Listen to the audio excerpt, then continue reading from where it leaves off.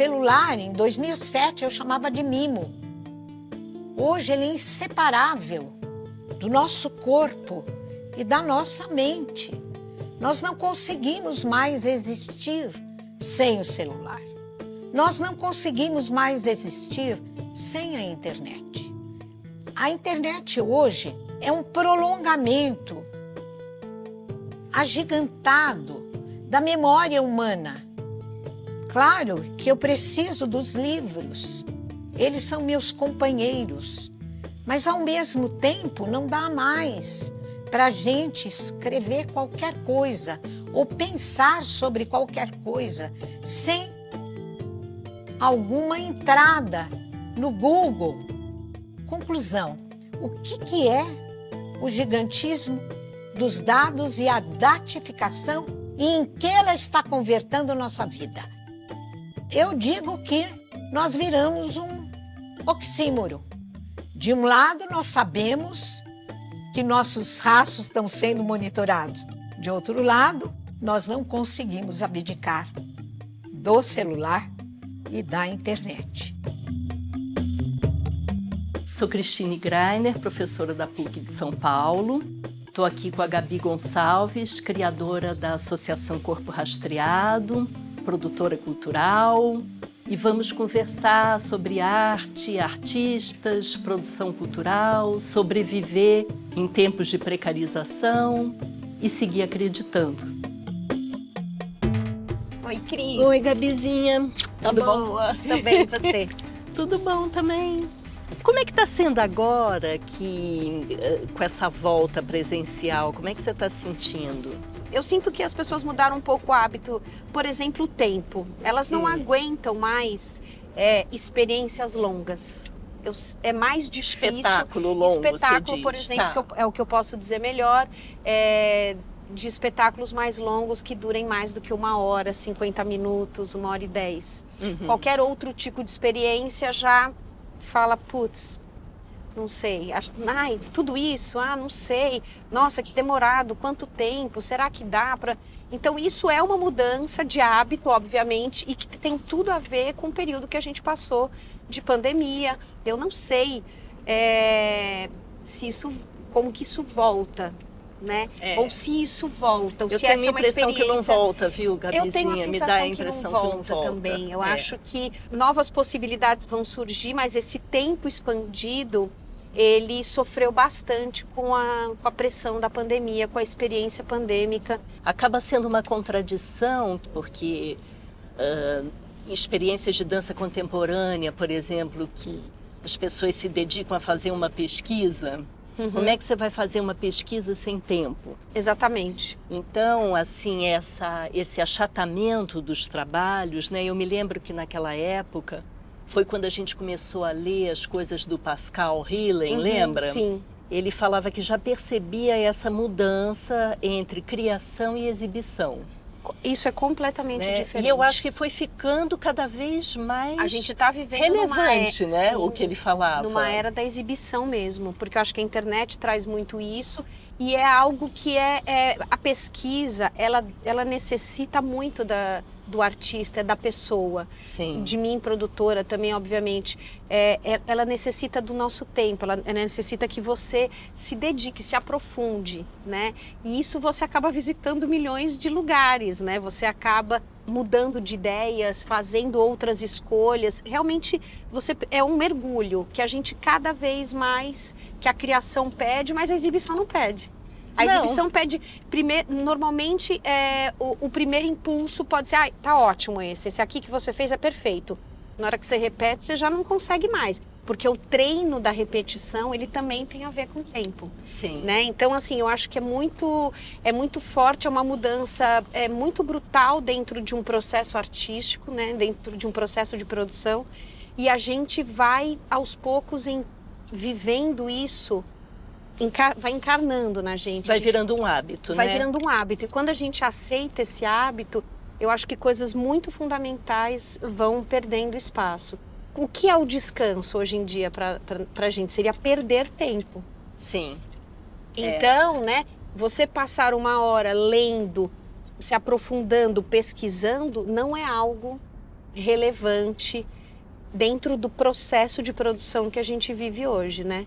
Eu me lembro de um livro que me chamou muita atenção também, que é aquele do Jonathan Crary, que ele fala do 24/7, né? Uhum. Então, ele já começava a perceber isso, porque essa coisa do 24/7, que a gente vê nas lojas, nas farmácias, sei lá, tudo, a gente começa a ter que ficar disponível o tempo inteiro. Né? Então, isso. No caso, ele falava até de umas pesquisas, como é que as pessoas ficam consultando o celular no meio da noite. Uhum. Então, completamente envolvidas nisso.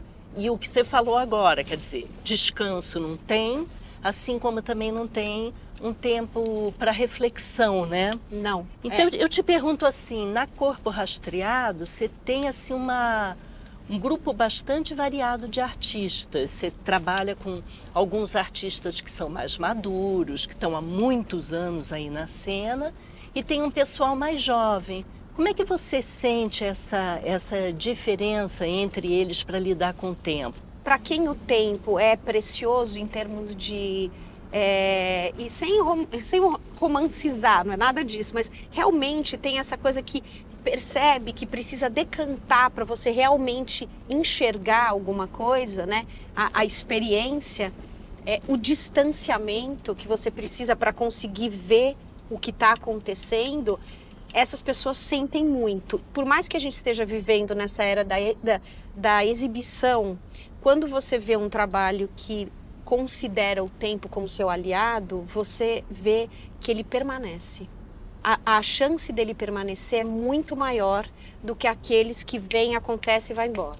Sei. Esses são frágeis. E a gente começa a criar um monte de coisa, de produtos frágeis que não permanecem. E isso cria artistas frágeis. Sim. Conceitualmente. Eu acho que tem uma diferença entre focar só no produto ou quem valoriza o processo, que é isso que você está falando, a diferença até não só no uso do tempo, mas na própria concepção da criação, né? O mercado te pede produto. Pede produto o tempo Sempre inteiro. um produto sim. novo. Essa é outra coisa, essa ideia de inovação, o novo, aquilo que tem que estar... Eu tenho que sempre ter uma ideia genial a cada 3, 4 meses, a cada 6 meses, se eu der muita sorte. Então, assim, é impossível. Claro. Boas ideias a cada 6 meses, boas ideias em massa, assim, acontecendo uma atrás da outra. Isso não é possível, né?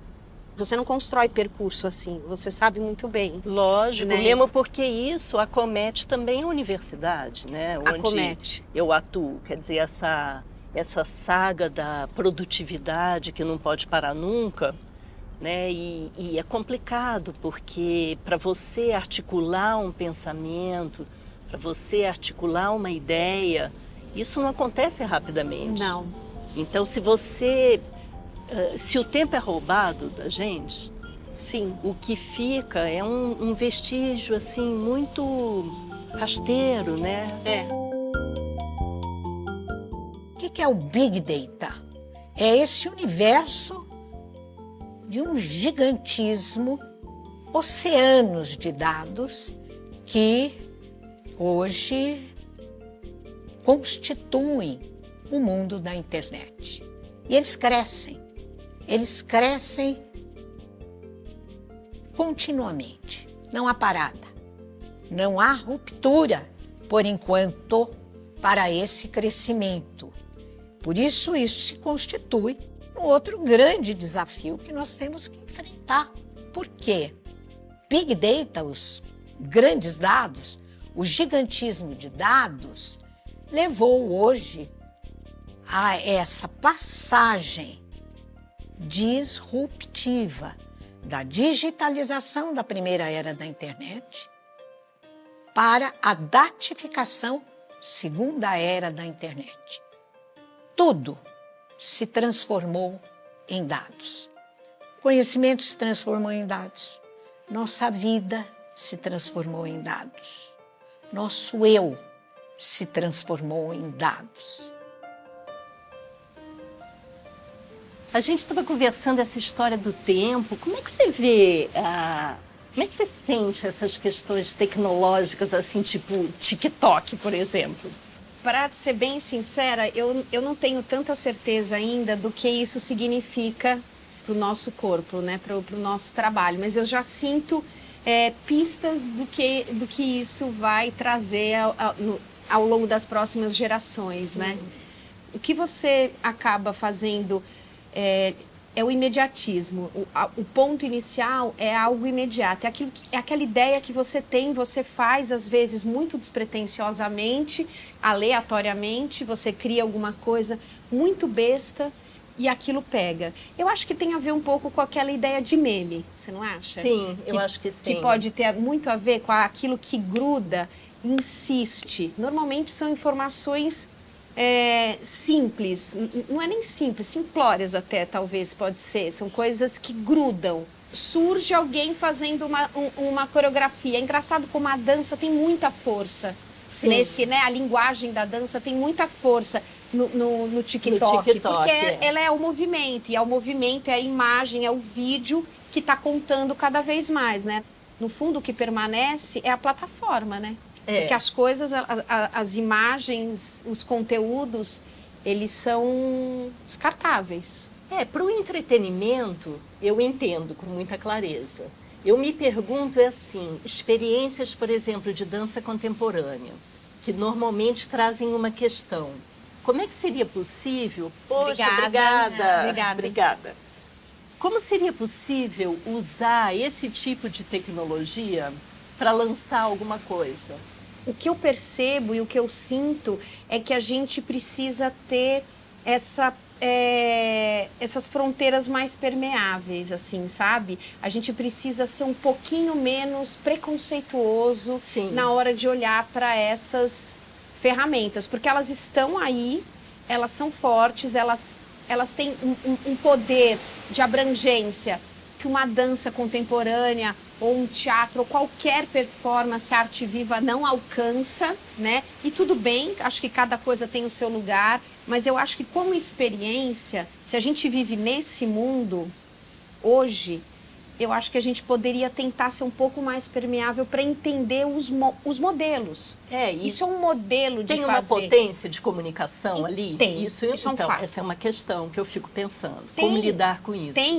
Tem uma potência de comunicação. A gente pode, que é o que a gente mais faz, julgar a qualidade do que está sendo comunicado. Mas está sendo comunicado. Então, se a gente der um passo atrás e olhar para isso e falar, tá, então vamos tentar entender como é que essas pessoas estão conseguindo chegar tão longe. Porque a gente vive falando de coisas muito lindas e maravilhosas para uma meia dúzia de pessoas que habitam o mesmo imaginário e as mesmas questões que a gente. Então, assim, se a gente quiser dar um passo afora, é isso que eu acho, assim, precisa ser um pouco mais permeável para que aos poucos, a gente precisa de tempo, não é rápido, não vai ser fácil.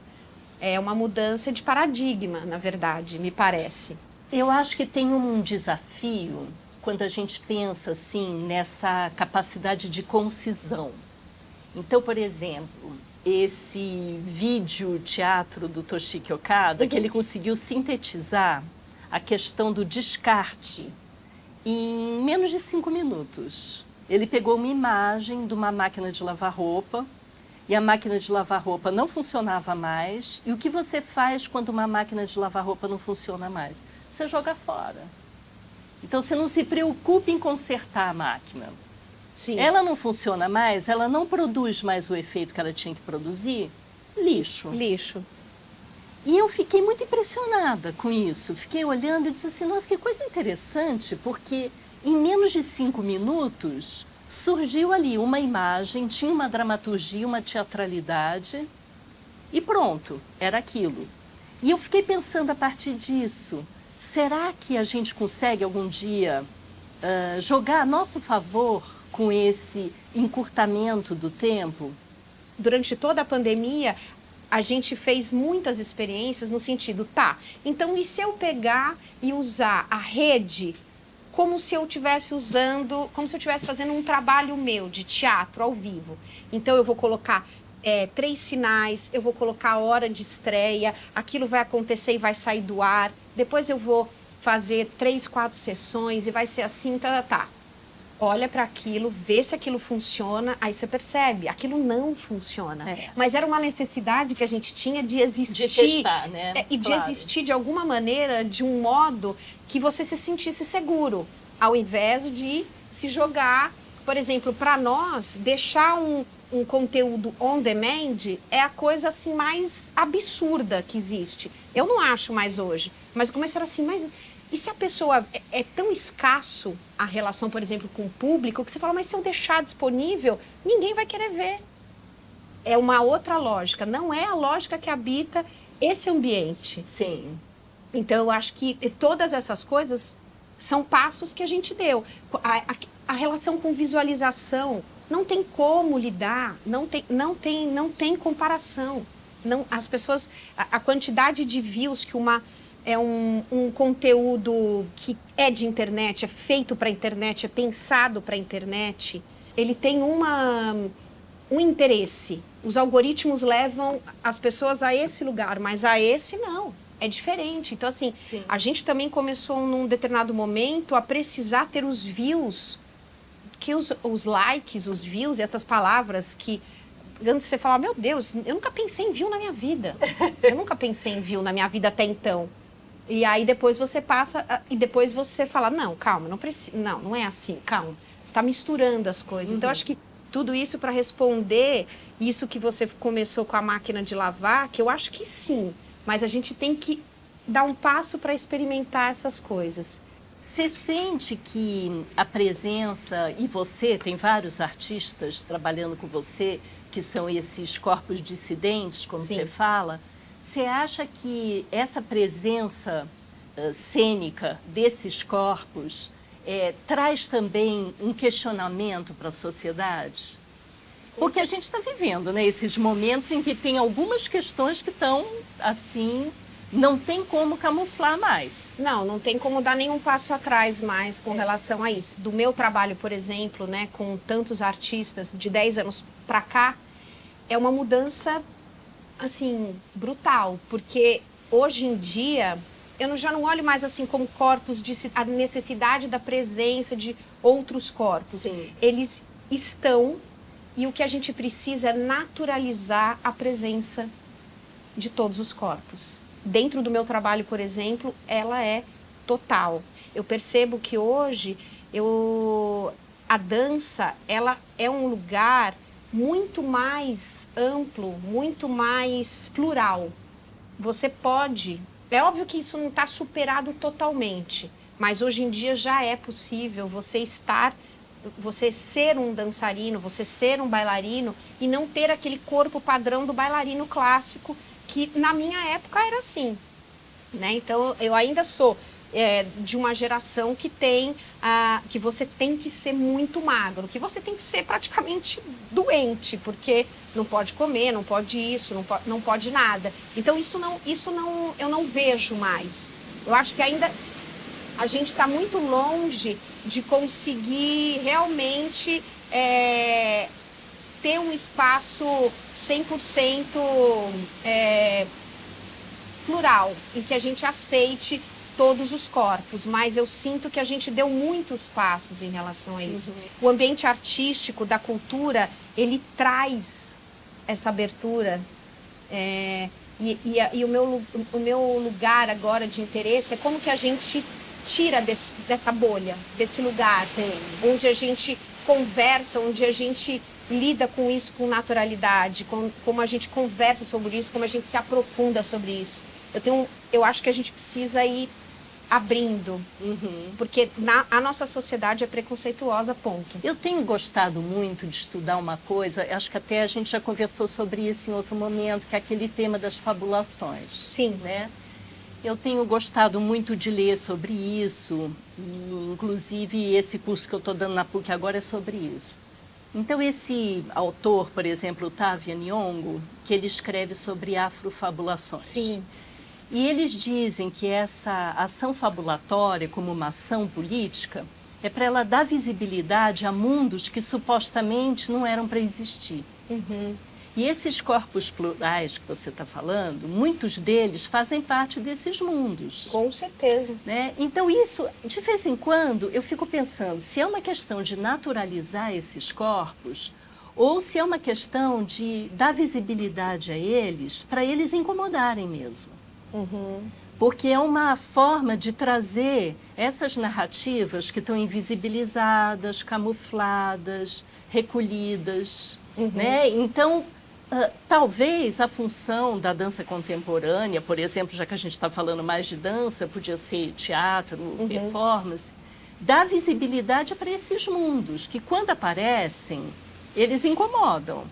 Eu acho que sim, mas eu sinto que tem uma coisa assim, incomodar já é a condição deles. A existência deles incomoda. Eu acho que nesse passo evolutório da gente enquanto sociedade, a gente vai precisar em um determinado momento passar o incômodo e naturalizar mesmo. Porque só incomodar, chega uma hora que não dá. Chega uma hora que é muito exaustivo para quem habita esses mundos invisíveis. Claro. É muito. Destrói, assim, a alma da pessoa, né? Então, é muito importante que a gente dê esse passo na naturalização, essa para existência. reconhecer que um corpo singular também produz conhecimento. Muitos.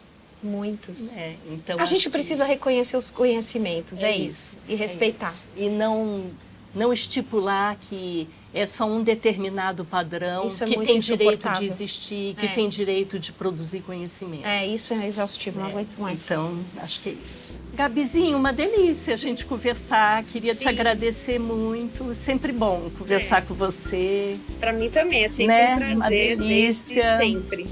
Então vamos, né? Os desafios do mundo em que vivemos estão aí, as contradições, os dilemas, as ambivalências. Isso é característico. O humano nunca deixou de ser ambivalente, paradoxal e contraditório. E como o mundo da internet é um mundo de uma velocidade inacreditável, a gente vai acatando sem que a gente tome o cuidado de se lançar na aventura de uma procura por aquilo que a gente ainda não viu, ou aquilo que extrapola e que nos leva para os caminhos da alteridade. É tão importante que a gente aprenda a dialogar com aqueles que são diferentes, aqueles que pensam diferente de nós.